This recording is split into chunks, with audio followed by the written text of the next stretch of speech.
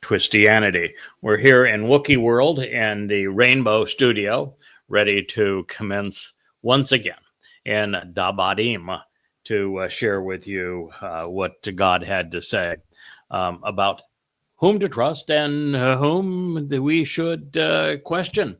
And thus far in Dabadim 18, Deuteronomy 18, we've learned that the ultimate person, the single most important person to us, was introduced as a prophet, similar to Moshe, which means he was a player prophet, somebody who was engaged and saving God's people, in addition to being one who spoke about the past and future using Yahweh's inspiration, and that he was one with Yisrael, a brethren of the audience, which means that he would have been a Yehud amongst Israelites, the most centermost of the tribes, the most beloved of God, that he would also be one that Yahweh would raise up at the proper time to establish his people. And in this hearing, you are among the few who have come to know the solution to that riddle, because throughout time it has been wrongly attributed to others, when the answer, I think, is rather obvious, that it is in fact owed. And following that, we considered the test that Yahweh provided for us to determine who was speaking for him and who was not, and learned that those who speak for God are announced by God, that God tells us precisely who he has chosen to speak for him. And if you're dealing with someone like Paul and there is no positive reference to him to suggest that God chose him to speak through, then he is lying when he claims to speak for God. Same thing would be true with Peter and John and Mark and Luke and the whole cadre of them. The same thing would be true with Akiba and Maimonides. There's no reference to them anywhere. So they do not speak for God. And then he follows that by saying that what the individual who speaks for God claims that God told him must come true, that it must happen in that way. And it also speaks of bo, so it's not just haya, which is to be, but bo, to arrive, to come and go. So since the comings and goings of not only the children of Israel, but of the most important person, the person who was delineated in Devarim 18 is Dod, the comings and goings of Dod, of which there are 3 different lives, would be the single most important test of someone who is a prophet speaking for God. If you get the comings and goings of Dod right, then you're speaking for God. And if you don't, you're not.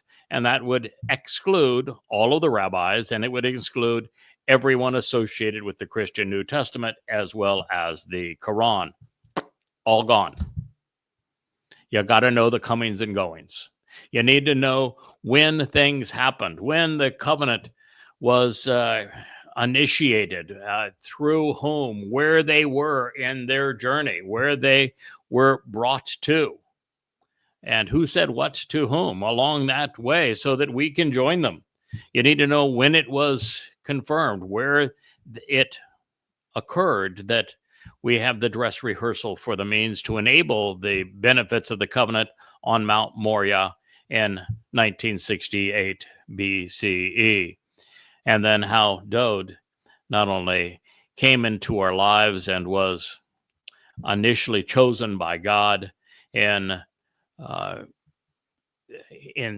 time that he was just 8 years old, a shepherd in Bethlehem at that moment, and then was anointed as the Messiah by Yahweh, chosen to be the king, and how this man became the prophet of whom Moshe was discussing in Devarim, Deuteronomy 18, but then went on to defend Israel, establish the city of Dod, acquire the Temple Mount, and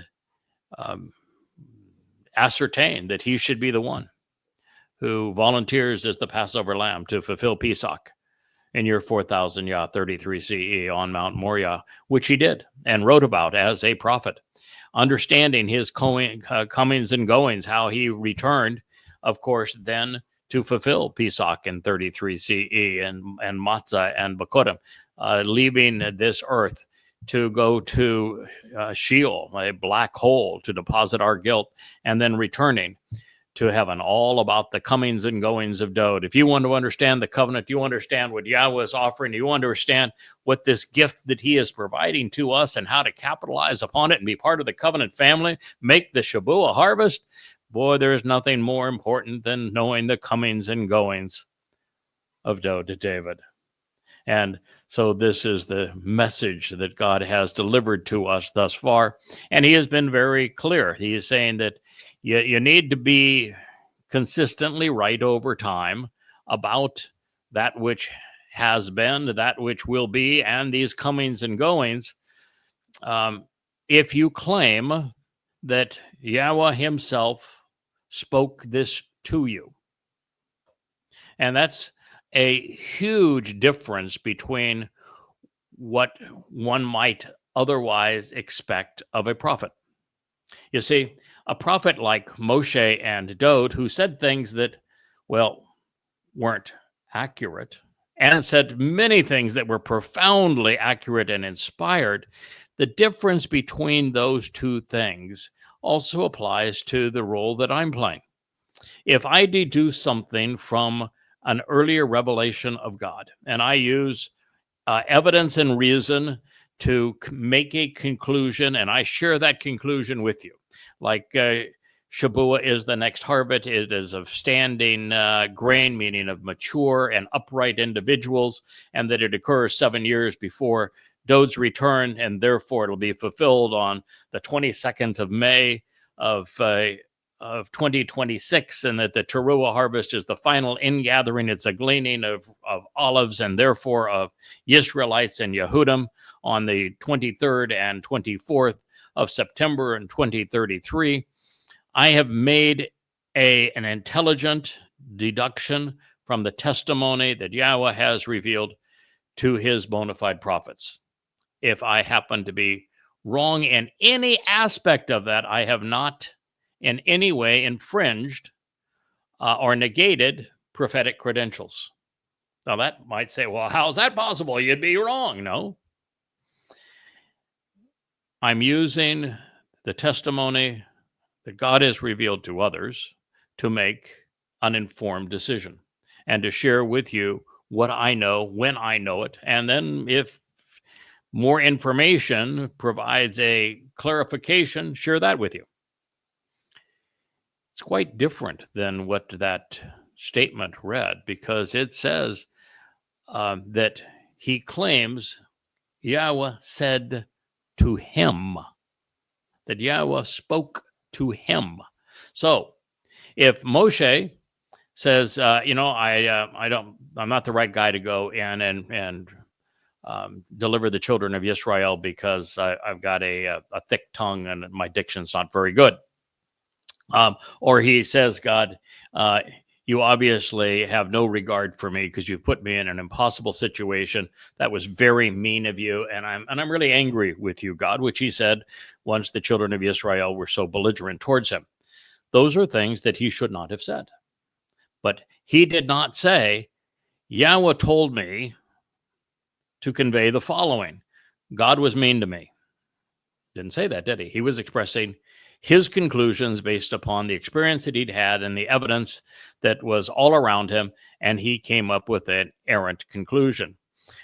Dod was once asked by Yahweh 3 different questions. He says, I'm going to give you, because you've really done some things here that are pretty dunderheadish. You can rectify this in one of 3 ways. And he gave him 3 options, and Dod chose the wrong one of those 3 options. He did not come out and say, well, Yahweh told me to choose this one, so therefore I chose the wrong one. He didn't say that. So from the experience that he was having and his perspective, Dode is fully capable of making a bad decision and of saying things which are not correct. When he asked his most trusted general to go off and fight a battle because he wanted his wife, that was not inspired by Yahweh. Therefore, it did not have to be true. And so the test that we were given is only of those things that the person conveying this information said came directly from Yahweh to them personally. So, for example, if I were to tell you, and I'm not telling you this, I'm using this as an example, that God spoke to me this morning and told me there is an eighth mikra, and that eighth mikra will be fulfilled in year 7,000 Yah. And that eighth mikra is the mikra of enchanted waters. And I tell you that. And it's inconsistent with other things Yahweh has said. And it has nothing to do with the comings and goings of God's people. And it turns out to be erroneous, then I would have been a false prophet. So that is how that test works. If you do what Paul said, for example, and claim that God authorized him to speak for him, and then you contradict God and you say things that aren't true, you are a false prophet. If he were to have simply said, I have read the Torah and I found this passage in the Torah, and he cited it correctly and he interpreted it correctly, and he said, therefore, I have come to the conclusion that such and such is true.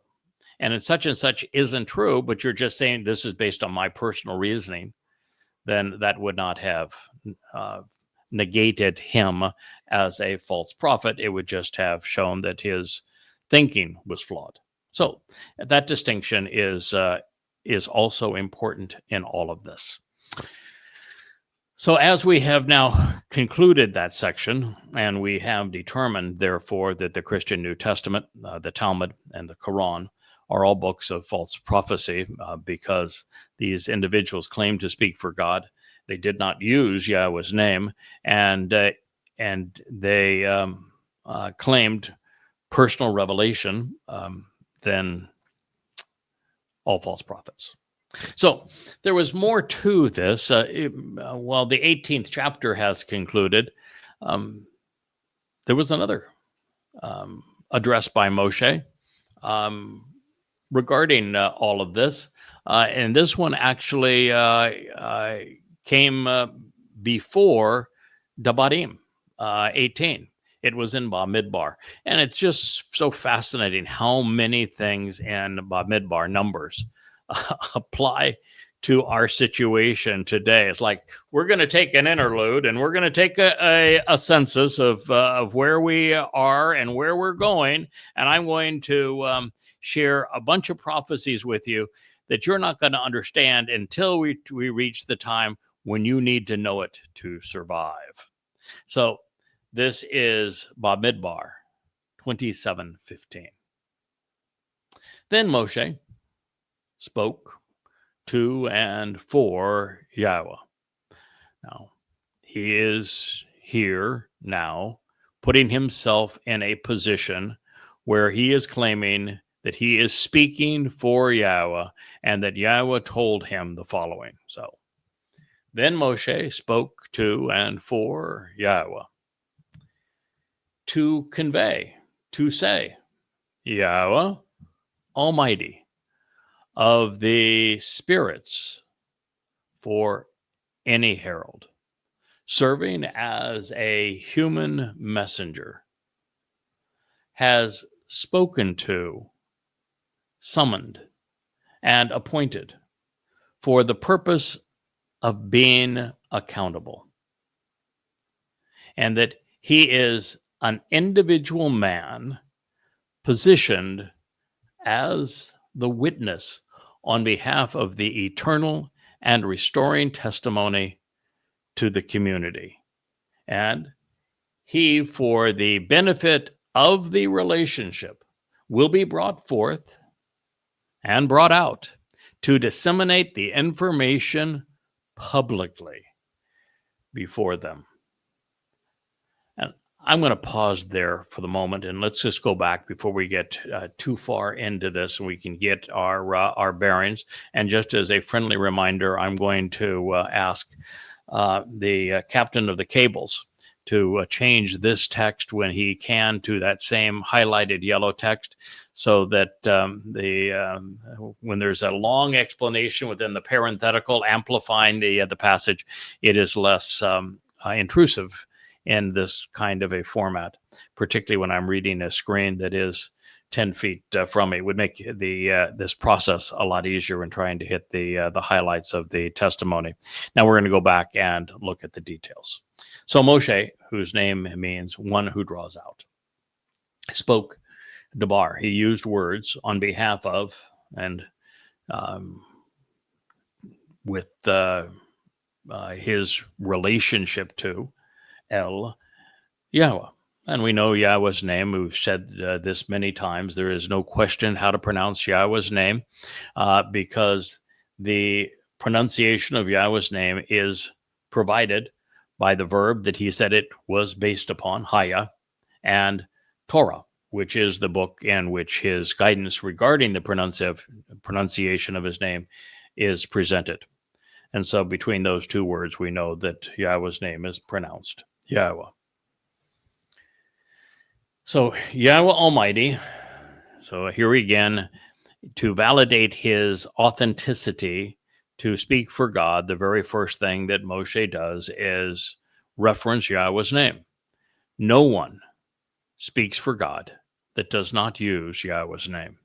And if you want to know the individual whose credentials would be the most valid in this regard, it would be somebody who, after a long period of time, reintroduced Yahweh's name to his people and to the world. Yahweh Almighty. And this is now an interesting word that follows. It's ruachoth. Ruach uses the oath ending to convey plural because it is feminine, and many feminine nouns, rather than using the ym ending to convey plural, use oath. So this is Yahweh Almighty of the Ruach spirits, Ruach spirits. Well, this is already a bullseye on one person, because there's only one person in the entirety of the Torah, prophets, and Psalms that is the beneficiary of more than one Ruach from Yahweh. Moshe received a single Ruach, which was then shared with 70 others. Dod received a single Ruach, which stayed with him his entire life, all of his lives, throughout all of his existence. There's one person that Yahweh specifically says he has Ruach plural. You'll find that in the 11th chapter of Isaiah, Yeshayah, and he is the Choder, who is the recipient of the 7 spirits of Yahweh. So Yahweh Almighty of the spirits plural, for any herald serving as a human messenger. La Kol Bashar. Bashar is a very revealing term in Hebrew. It is very often conveyed as animal, person, human, flesh. It speaks of a person for sure. It speaks of a human for sure, and all humans are animals. It speaks of being in the flesh, in other words, being a material being as opposed to a purely spiritual being. So now what we have is a Ruach, spiritual essence, as part of a human being, a physical being. Again, there's only one example of this. Now, Bashar, verbal root, is indicative of conveying a message, of being a herald, of someone who conveys news. News could be both good and bad, but a herald who conveys an important message and serves as a conveyor of information from one individual to another is a herald. A herald would very seldom work on their own initiative. A bashar's message is not necessarily their own. It is a message that they're conveying from another. And in this case, if we were to use our verbal root, actionable underpinning of bashar, which defines really every Hebrew word that has a verbal root is defined by its verbal root. And in the case of bashar, it means to herald a message, to be a herald. And if you combine then the nuances of the noun form of a bashar, it would be to serve as a human herald. So therefore, we have multiple spirits associated with Yahowah who are being offered to a human herald. That under these cases, this situation, then it would be Yahowah Almighty of these spirits for any herald serving as a human messenger, that this individual will have been chosen by Yahowah, will have been summoned and appointed for the very purpose of being accountable. He will be drafted, mustered, and assigned, responsible for careful inspection and accounting, and to review and instruct. This was written in the Call Imperfect Jusive, which literally and actually means that this is to be a continual and consistent process and in accord with his will. And that this herald would be an ish, an individual man. And that this individual man would be positioned as the witness on behalf of the eternal and restoring testimony to the community, Ida. Ed and Ida, masculine and feminine, serve as the Hebrew word to convey eternal testimony, restoring witness. It's one of the many titles ascribed to the Bashar, who is Yada, also known as the Choder, the recipient of the seven spirits of Yahowah. And so this Bashar has been positioned to be a witness on behalf of the eternal and restoring testimony of Yahowah to the community. That is Bereshith 27:6. Then it goes on to say, who, for the benefit of this relationship, Asher, will be brought out to disseminate the information publicly. Yetza, he's going to lead another Exodus.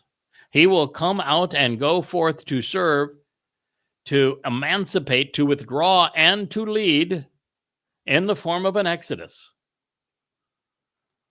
Consistently and an ongoing basis, called and perfect in their presence before them, whose appearance and presence will be distinguishable and before them. And to reveal the correct path to the relationship, Asher, he will arrive to pursue their return and their inclusion. Bo, remember when I shared with you that Yahowah used two verbs in his declaration as to who would qualify as a prophet speaking for him? And one of those two words was Haya, which is the basis of Yahowah's name, means was, is, and will be. And the other was Bo, which speaks of coming and going, arriving and returning. Well, here it is again.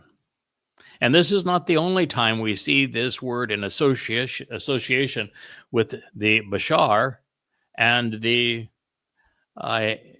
herald, this individual choder, this Nakar, because it is Yashayah who speaks of the fact that the choder is the one that has the seven spirits of Yahweh. He also says that he is the Ze, Bo, Men, Edom. He is the one who arrives from Edom.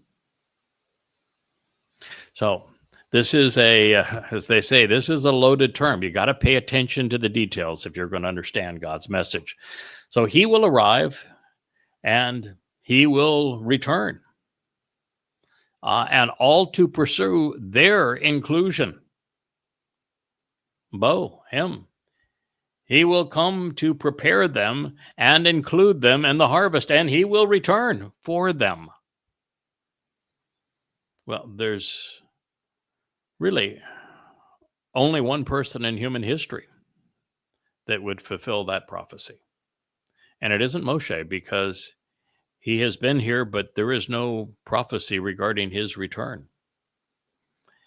It isn't Dode, because while Dode has been here twice before and will return, this isn't Dode's mission. Dode's mission is not to arrive to facilitate the return of God's people or their inclusion in the family. That is his herald's mission. And his herald is here now to encourage the inclusion of God's people in the Shabuah harvest. And he is going to then leave during that harvest, and then he's going to return 3.5 years before the Teruah ingathering, and all to prepare Yisrael, this mortal remnant of Yisrael, so they can be included in the wedding and the great homecoming that takes place on Yom Kippurim when Dode returns.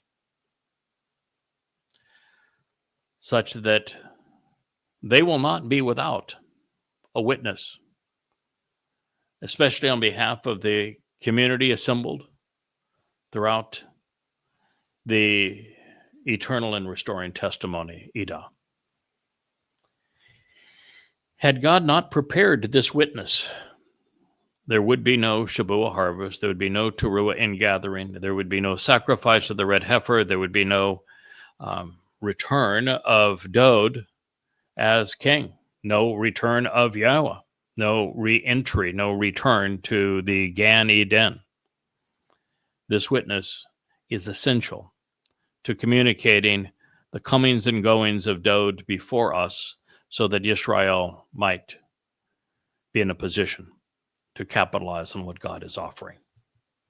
That makes this exceedingly important. And it says here that this individual, as the witness, this herald, is of Yahweh. And he is akin to a shepherd who is guiding a flock of sheep. Bamidbar 27:17. And what we are here to do is guide God's flock back home. Then Yahweh said to Moshe, of your own volition, you should want to take and obtain for yourself Eth Yaosha ben Nun, with Yahweh, the children who are delivered and continue to grow, eternally empowered and enriched.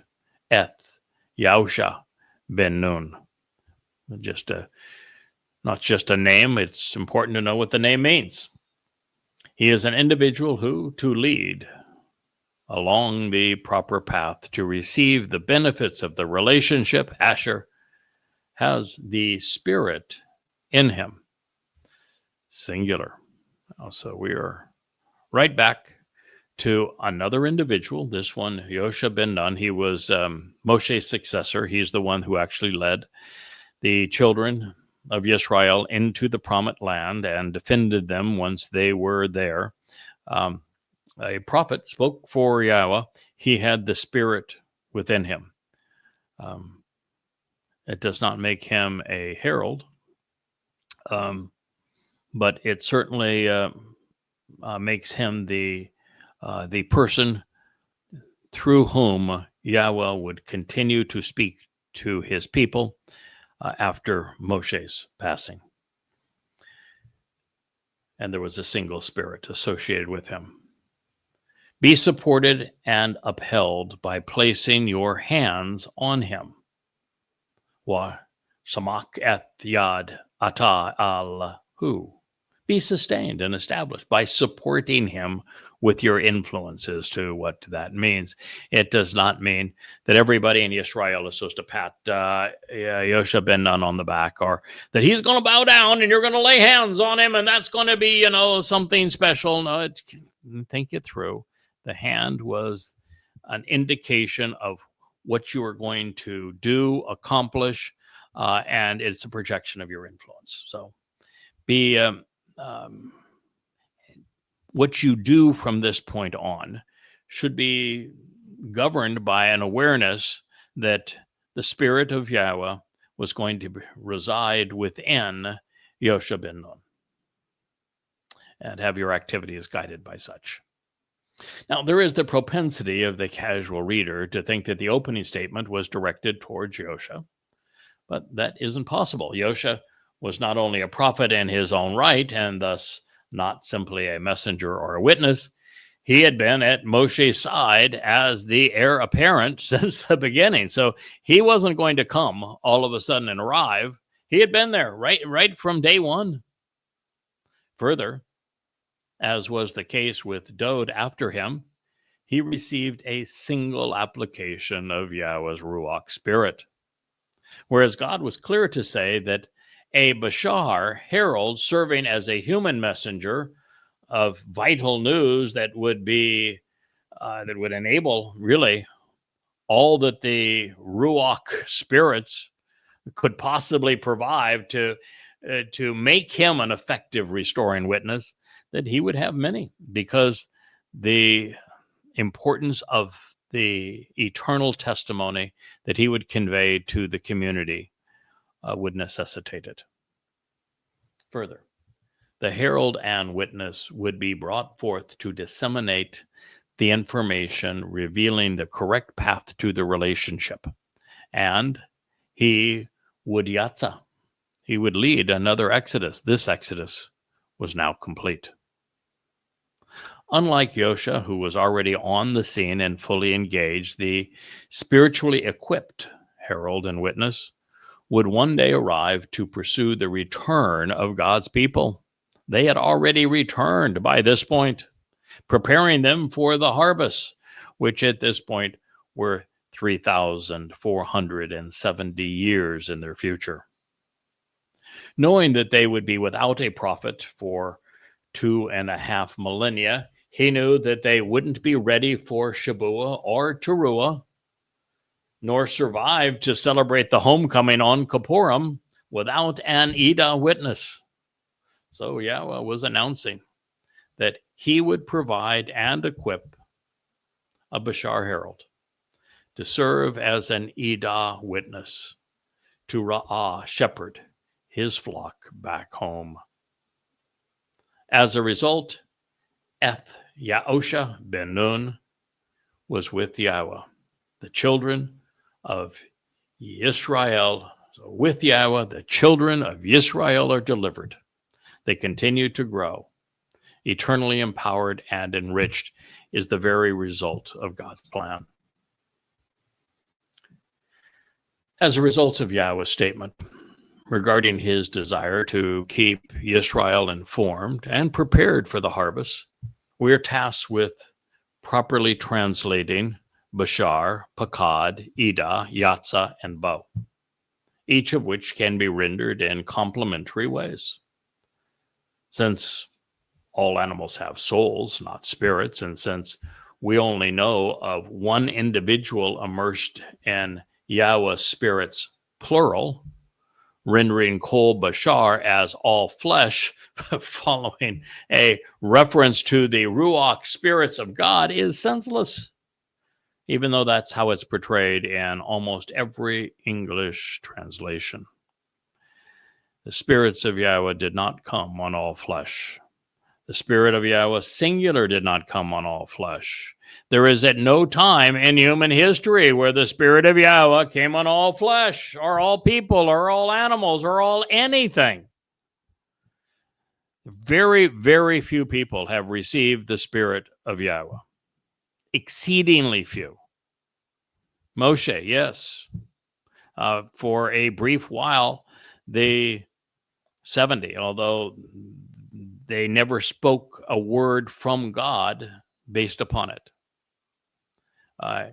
Eldod, Yahweh's beloved, and my Dod, the right hand of Dod, we're told that the Spirit came upon them, and they prophesied. They spoke on behalf of God.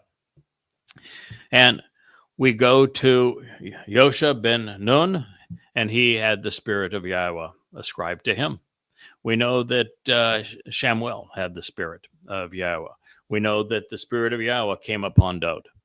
But very few individuals are acknowledged to have the Spirit of Yahweh come upon them, and only one, the seven spirits of Yahweh.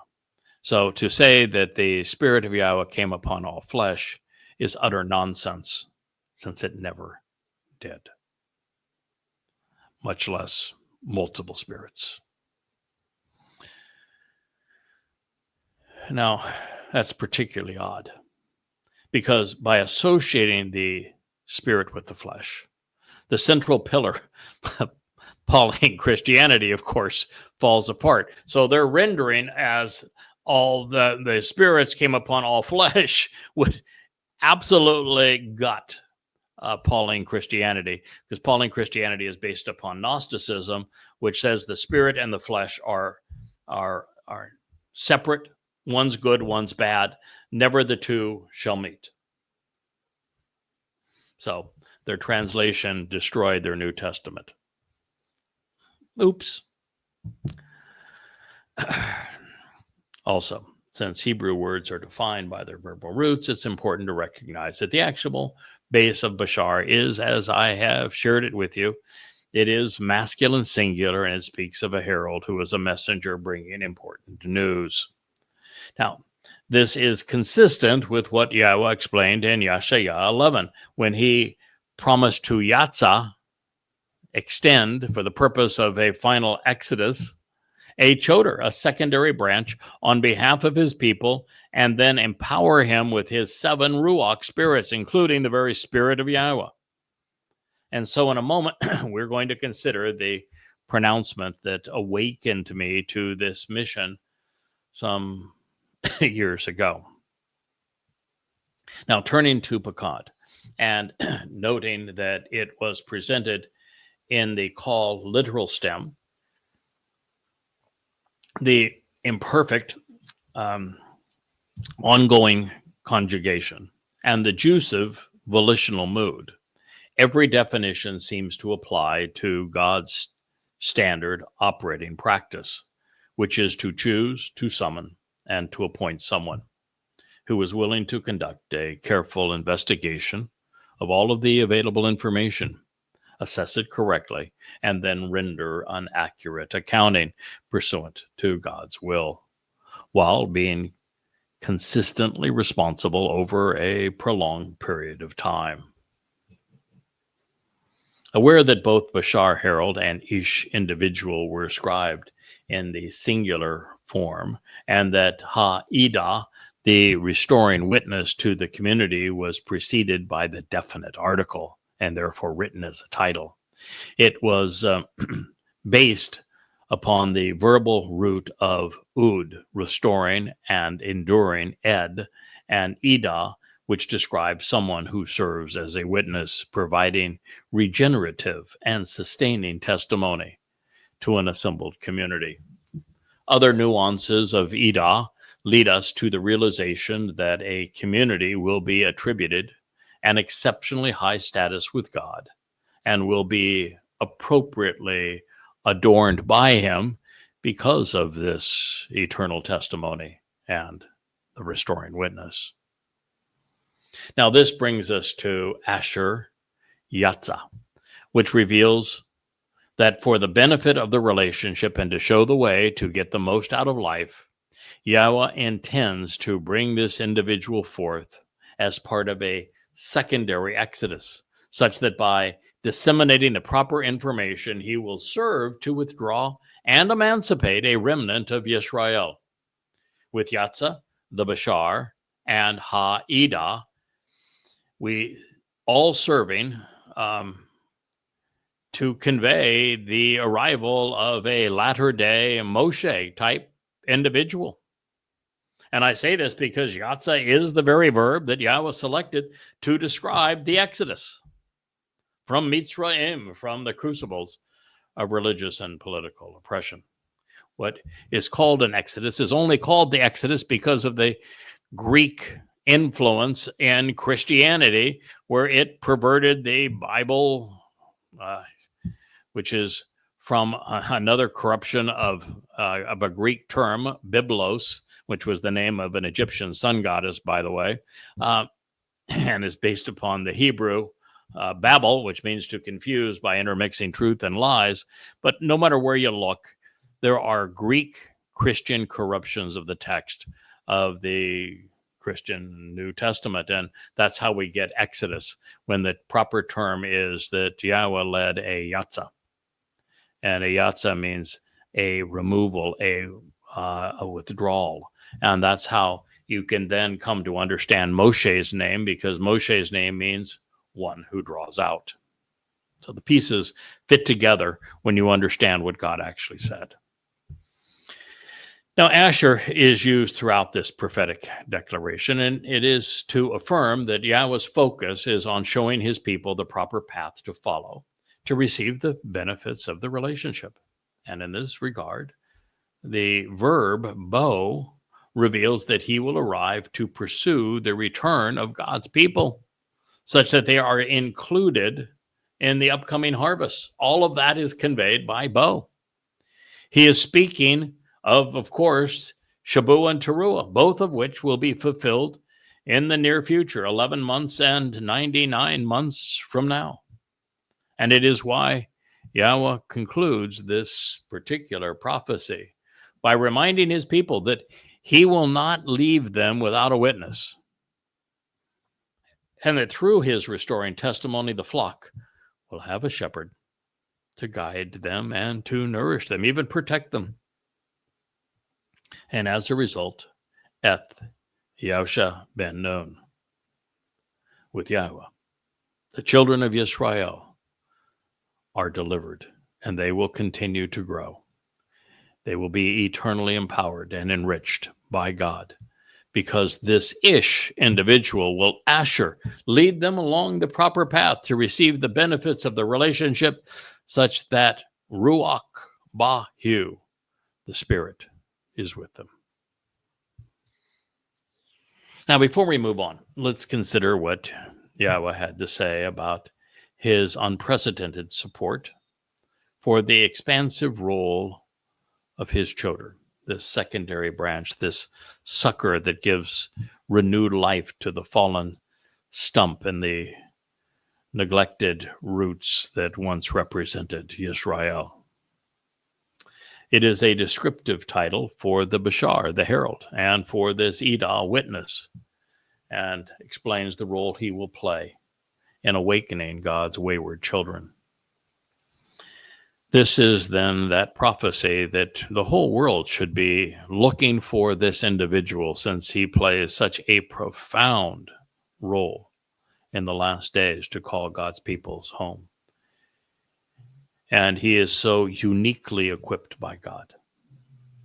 It reads, then a choder, a shoot, a secondary branch and sucker from the fallen stump, choder, and a stem or smaller branch, a slender stick or twig, a pliable wooden instrument, a secondary source of growth serving as a living entity delivering progeny, an observant individual who is willing to listen and who is committed to thinking while collecting the things Yahweh values as an unrestrained extension.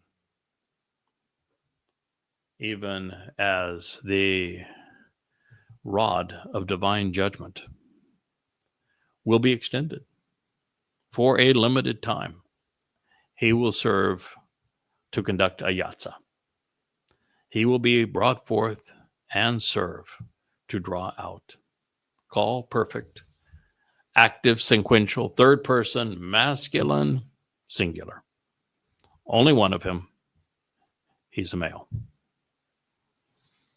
And he will be extended for a limited time by means of, out of, if you will, the stalk, the giza, that stump, that fallen stump, and that root from which growth emerges, the trunk that has been cut down, and yet, with the sucker, is capable of supporting new shoots of Yishe to stand out and to be noticed, to draw attention to the very substance of existence, from Yish to exist and become substantial, and to stand up and be noticed as an observant branch, a netzar, a secondary stem or shoot, that which extends from the primary limb, from netzar to observe, to watch over, and to preserve, to closely look after, to focus on and protect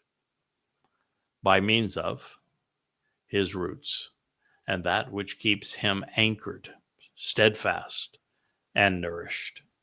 Shireshu, his base and foundation, and that which keeps him firmly established, such that he will continually bear an abundance of fruit, being productive, while encouraging productivity in others. This is from Torah. So that he will be consistently fruitful while causing and enabling prosperity on behalf of successive generations. Written in the Call Imperfect, Yeshaya Isaiah 11:1. You no doubt noticed that I paused before sharing the definition of the concluding term. It was written as a verb. It is para. Have you ever considered the identity of the final sacrifice? Have you ever heard of an Adamah para? Adamah means bloody red man of the earth. Para is one who is fruitful and productive, but it is also the feminine of par. Par is a bull. Para would therefore be a heifer. And so the choder is this bull with productivity in his veins. So right as the moment that Yahweh introduces his choder, he tells us that he is the para. He's the heifer. God is an exceedingly effective communicator. And yet, even when we focus as diligently as possible, even when we study every nuance of every word, there's still the tendency to read right over it, isn't there? Did you know that in the opening salvo regarding the introduction of the choder, that he was called a para, and that para was defined for us, and it ain't a girly cow? So this bloody red man of the earth, who is para, he's productive. He's fruitful. How is he productive and fruitful? He leads, orchestrates the Shabuah and the Teruah, harvest and gleaning. And then he serves as the Adamah para to facilitate the preparation of this mortal remnant of Yisrael so that the adulterous woman is cleansed for her betrothal to the returning king, Dode. That's about as productive as you can be, although you could add 35 books that bear the name Yada Yahowah, and maybe 20,000 hours of audio programming explaining them. I would say that'd be a productive life. And we're not done being productive. I will read that again, and then we will go to the next statement. Then a choder. Then a choder. Why isn't the world looking for this man? Why did the man who is the choder have to tell you about the passage that speaks of the choder when it is in the one scroll where we have the entire text from the Qumran caves sealed in a jar for our very eyes to see at this time, the great Isaiah scroll? And right here in the 11th chapter of the great Isaiah scroll, it opens with then a choder. And it speaks volumes about him, and even tells you that the choder is going to be rooted in the very things that brought Dode forth. The rootstock of Yishai, Dode's father. He is rooted in the rootstock of what brought Dode to us. He is a sucker that gives new life to the fallen stump that is Yisrael. He is a Natsar. He is an observant individual.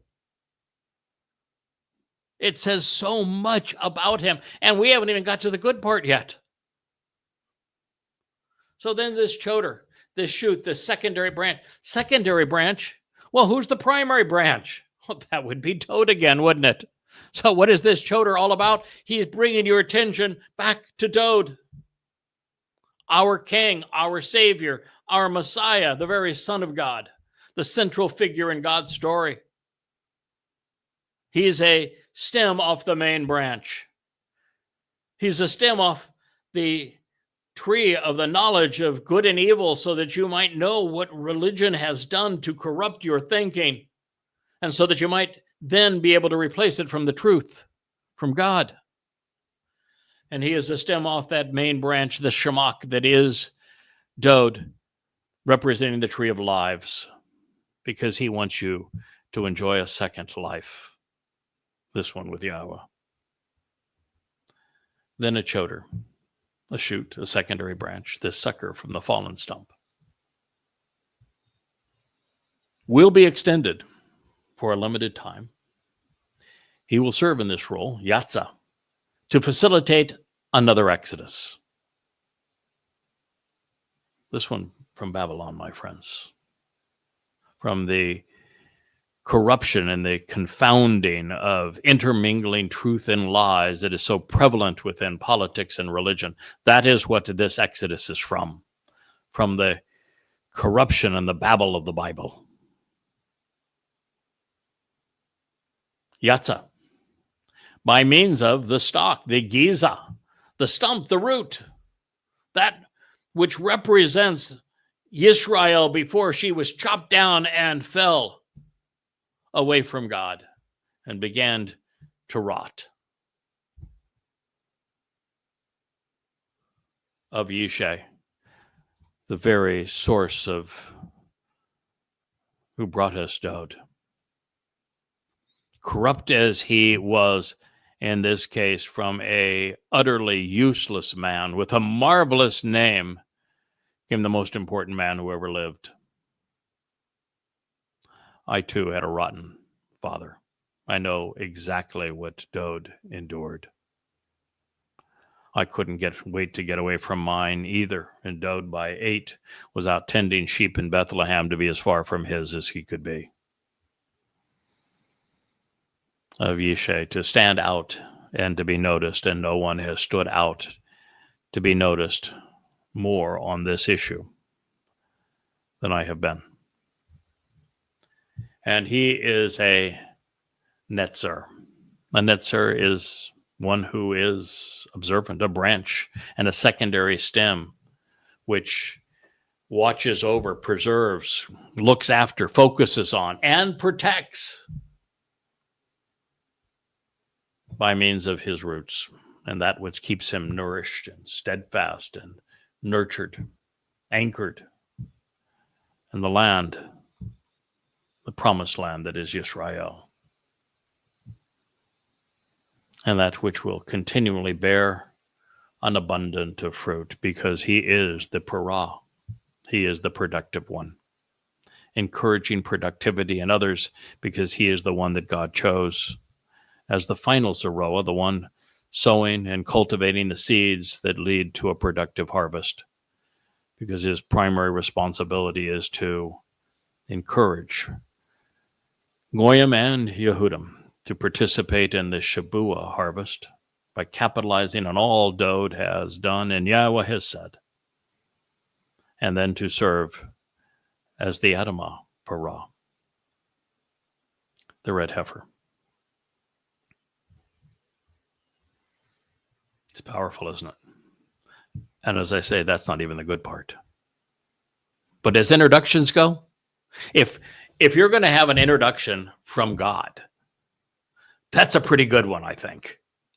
Well, up to the point you realize that the red heifer gets the tar beat out of him by Satan.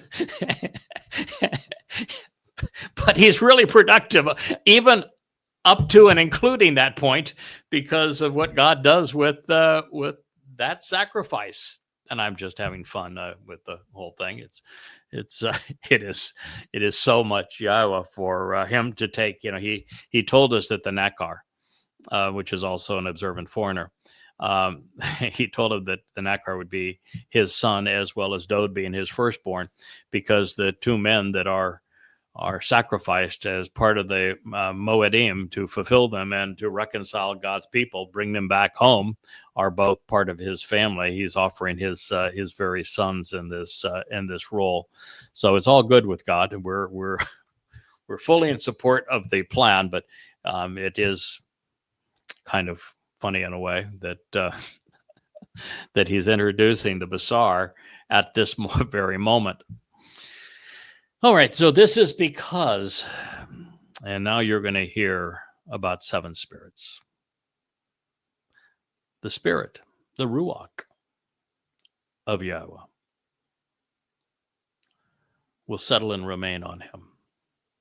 Nuach Alhu was placed on him to energize him, to restore him, in an alliance with him, dwelling and residing within him, never departing from him, enriching the association and assuring the most favorable possible outcome for him, enabling him to be composed and to prevail, no matter the challenge. Call perfect third person feminine singular and third person masculine singular. We're talking about the Ruach of Yahweh. That is, Ruach is a feminine noun. Yahweh is our father, and this is the very Ruach of Yahweh. This is not some random Ruach out there. This is the very Ruach of Yahweh. In fact, I think it's the only time that the Ruach of Yahweh is ascribed to anyone. And of course, we're not done, because there's 6 more Ruach coming.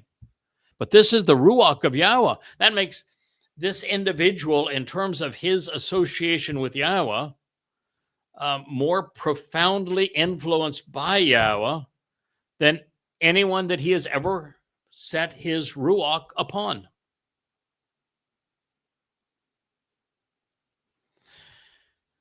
Now, if I may, it is possible that the Ruach of Yahweh could be on the Choder in addition to the other 6 Ruach. And it's not specifically the Ruach of Yahweh, just a Ruach from Yahweh that came upon Moshe and Dod. And then, of course, of Yosha ben Nun, as we read. Because of the fact that Yahweh was still there. So Yahweh is there, still leading the children of Israel into the promised land. And with Shamuel, as he encourages him to go off and find Dode and then anoint him and then support him and do all this communication. We even hear once where Shamuel is one of the people that says that God was physically there, apparent in his presence. But right now, God's in Shamayim. And so he can dispatch the Ruach of Yahowah, because the Ruach of Yahowah is not to be found anywhere on earth other than through this individual, because the Ruach of Yahowah is clearly in Shamayim. God said in Hosea, I'm setting this one out, man. So that could be the reason why this is the only place where the Ruach of Yahowah is specifically stated. But there are 6 more. The next is that the Towrah receives the Ruach, the Spirit, providing the capacity to be intelligent, to make these kind of announcements and to form these insights, to ponder the information that we have available to us from God and to understand it, and then to comprehend and teach what he's able to deduce through a rational, logical analysis of the words that God has provided. There is probably no word that God could ascribe to an individual that is better than Chokmah. When Yahweh told Solomon that he chose well, when he asked Solomon, what do you want for me? What kind of a gift do you want? And he didn't say, I want a long life. He didn't say, I want a big army. He didn't say, I want, the prettiest babes. He didn't say, I want, treasures of money. He said, I want Chokmah. And God said, oh boy, did you ever choose well. Because you chose Chokmah, I'm giving you everything else. So we have a clue there. God likes Chokmah. All right, what is it that set Dode apart from all others who have ever lived? Chokmah.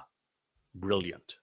As a matter of fact, Dode wrote an entire proverb, word picture, to a single word.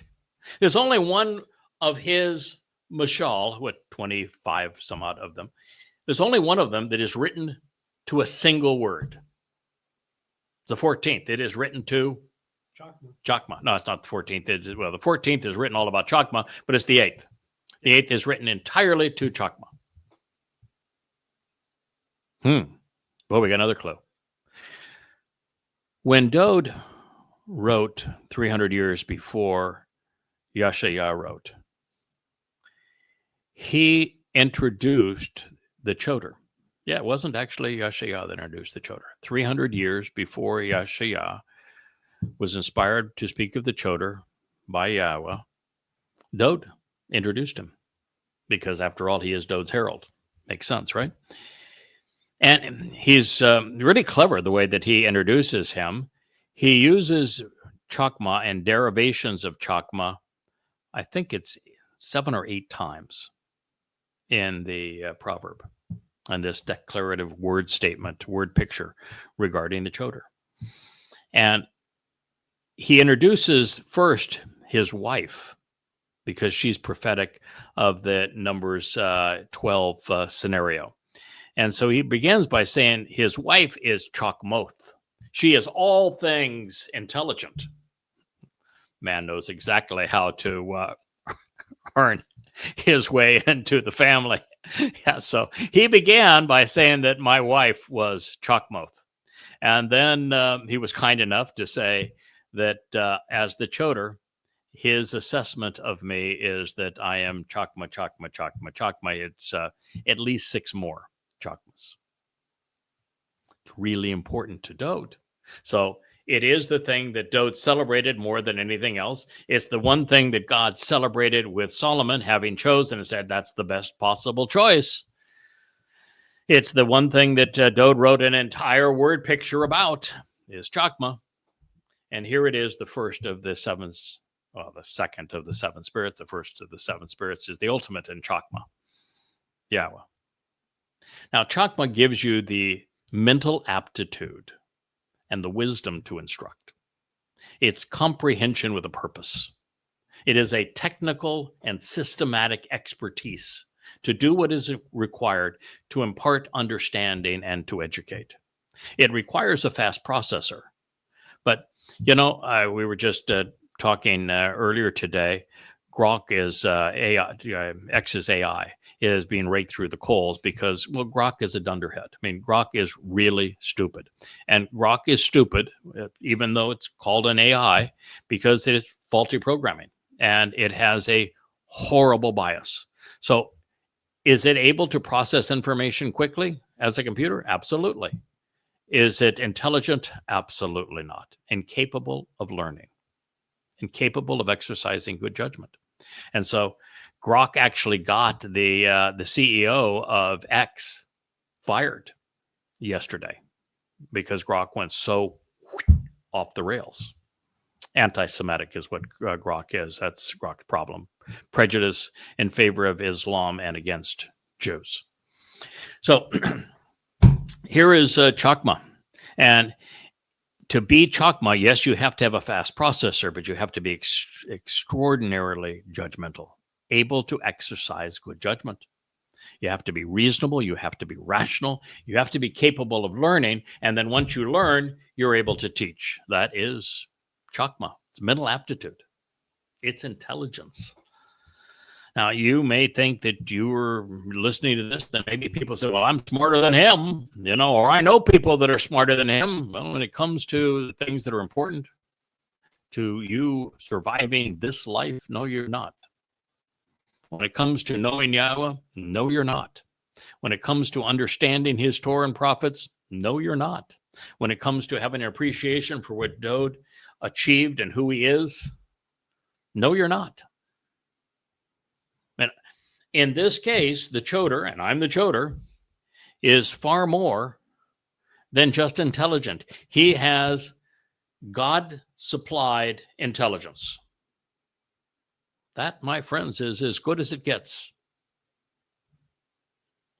That means that I can learn faster and more adroitly than anyone else as it pertains to Yahowah's prophetic text and his Torah teaching, and that I can teach what I have learned with more aplomb than any who have come before.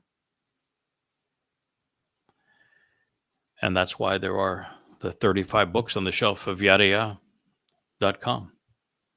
That's why I'm turn on the lights and the camera, and here we go.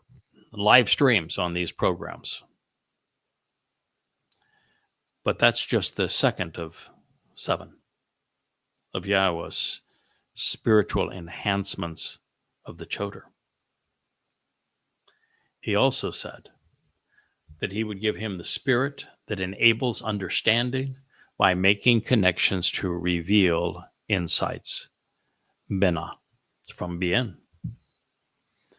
Facilitating their propensity to ponder and process information by being perceptive and discerning, discriminating and judgmental, making intelligent associations which lead to comprehension, conceptual analysis, revealing how to react and respond after full and thoughtful consideration. Is from bien, making the connections between things so as to find the patterns and relationships, the common denominators, which cause comprehension. Now you might say, wait a minute, you already talked about that. That Chokmah stuff, isn't that the same as bien? No, they're augmentative. They're synergistic. Chokmah is the intelligence to be able to process information such that you are able to learn and therefore teach. Bien is the ability, when you are processing that information, to make the connections where you find the common threads and the common denominators that enable you to do what has not been done before, which is to put everything God says together to promote understanding. So far, we have now 3 spirits: the spirit of Yahowah, the spirit of Chokmah, the spirit of Bien. This next spirit is a word that heretofore I didn't really have an appreciation of, and until I came to understand what the Ruach of Etzah was about, you're not really in a position to have an appreciation for what is required to do this job. And that is that prior to having these fun little devices here, these microphones that bring my voice to you, and this camera that brings my image to you, I was a learner. I studied the Torah and prophets of Yahowah, and I wrote down what I was learning along the way. And in the process, I was able to deduce some 5,000 profoundly important insights about God, none of which had ever been perceived or shared previously. That's a pretty good life right there. But it wasn't until we reached Etzah that God said, it's time that you stop writing and start teaching. It's time that we go to vlogging. And what that means is that you have to be the repository of all of that information in those books, that you have to be able to put the entire picture together, be the first one to frame God's testimony from Bereshith to Malachi, to understand that we began our relationship with Yahowah in Gan Eden, and that in the end, he returns us to Gan Eden, and to appreciate all the steps along the way that get us from one place to the same place, and why God chose the characters that he did and the words that he did to communicate this to us. And then once that picture is framed, so that you have the proper perspective, that the issues are properly presented, that your perspective is correct, then to put all of those pieces of the puzzle together so that they're all connected properly, so that you can see the portrait that God painted, the entire presentation from beginning to end, and how it all fits together. That's Etzah. It's advice and counsel regarding the entire picture from beginning to end.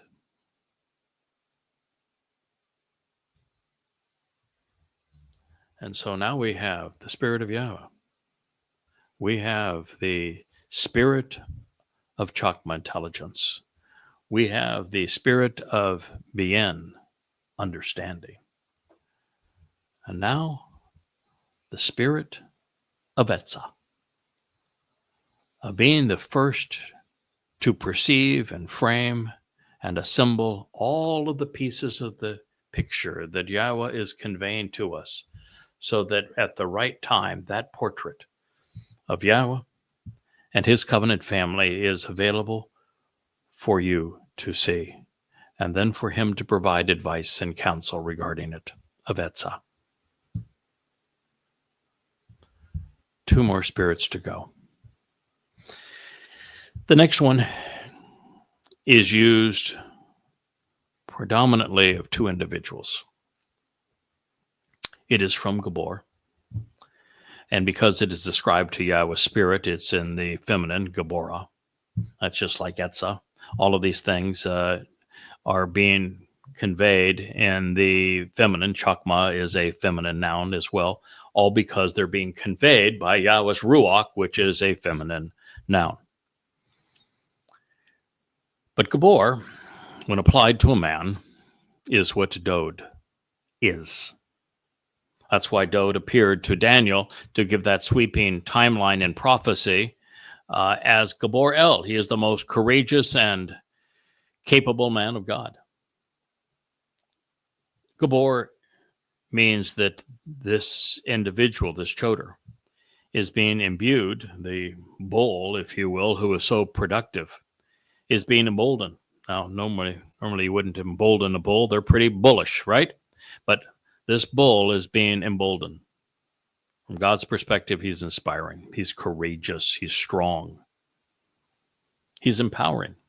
He has all the qualifications and capability to accomplish this mission, to perform until it's complete. Has the aptitude and the desire, the very chutzpah, if you will, the mental discipline to be unwavering, championing this cause with courage and character and confidence. Yes, Gabor is a synonym for confidence. It is a synonym for character, a synonym for courage. To be capable, to be competent. What good is all of this if you can't say it boldly, profoundly? Because everything that the Towrah would say is opposed to what the religious have conveyed. It is the exact opposite of what the children of Israel have been told by their rabbis for the last 2,000 years. It's the opposite of what is proclaimed in politics on both sides of the aisle. If you're going to go against essentially everyone, the religious, the political, the conspiratorial, the patriotic, and you're going to tell God's story, you better well have lots of Gabora. Particularly if you're going to serve alongside Dod, because he is the most Gabor of all men.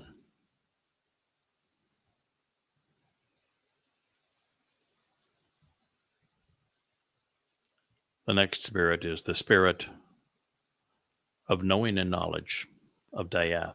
Dayath is based upon Yada, which is the name that Yahweh chose for me in this mission. And so God says knows that you can't comprehend until you know. You can't teach until you know. You can't be bold until you know. Confidence is derived from knowing. You need to know the outcome before you're going to be confident that you can pursue it and prevail.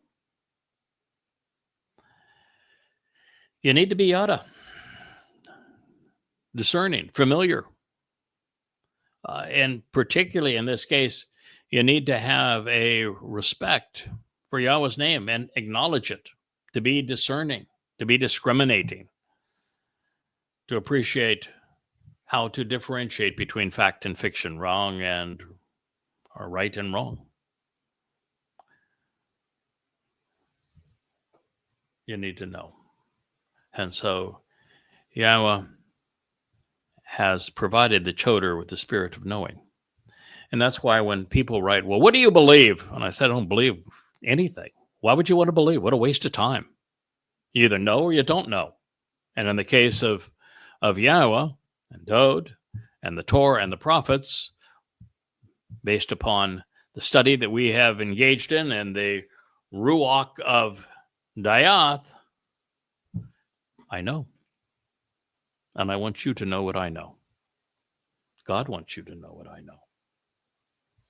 And the final of the seven spirits is the spirit of respect and reverence for Yahweh. And no one throughout time has had more respect and reverence than I for Yahweh. Now, I'm not going to say that Moshe didn't revere Yah, although he had a moment where he fell roof. And there were times where Dod really went AWOL and ran when he should have stood his ground. Now, maybe it's just a function that Yahweh has the seven spirits inside of me, so I'm artificially or very realistically empowered by Yahweh's strength, that I don't do a El Foldo. And maybe that's just the reason. Or maybe God picked a bull at the end, and bulls have a tendency to stand their ground. You choose. Maybe it's both. But I can tell you, no one has ever had as much love and respect for Yahweh's name and for who he represents, or has devoted, now it's already 25 years of his life to this mission. 24 years, I guess, as of now. It'll be 32 by the time we've reached the beginning point on Happily Ever After. Every waking hour. Over 100,000 hours over this time. And the first person to write a series of books called Yada Yahowah. First person to ever have a blog called the YAHOWAH blog. The first person in 2,500 years to reintroduce Yahweh's name to his people. I would say that the spirit of respect and reverence for Yahweh paid dividends. That was Yeshaya, Isaiah 11:2. We've gone past our time, probably well past it at this point. And there's so much more to learn from Isaiah, who wrote the textbook on how to operate all systems properly as a choder, and then even how to support the choder and respond to the choder. And since we'll never get through them in a matter of hours, plural, this is probably a good place for us to stop, and we'll pick up this program in our next episode here in the Rainbow Studio, which is symbolic for the covenant of the YAHOWAH blog. I am the choder, Craig Winn. Good day.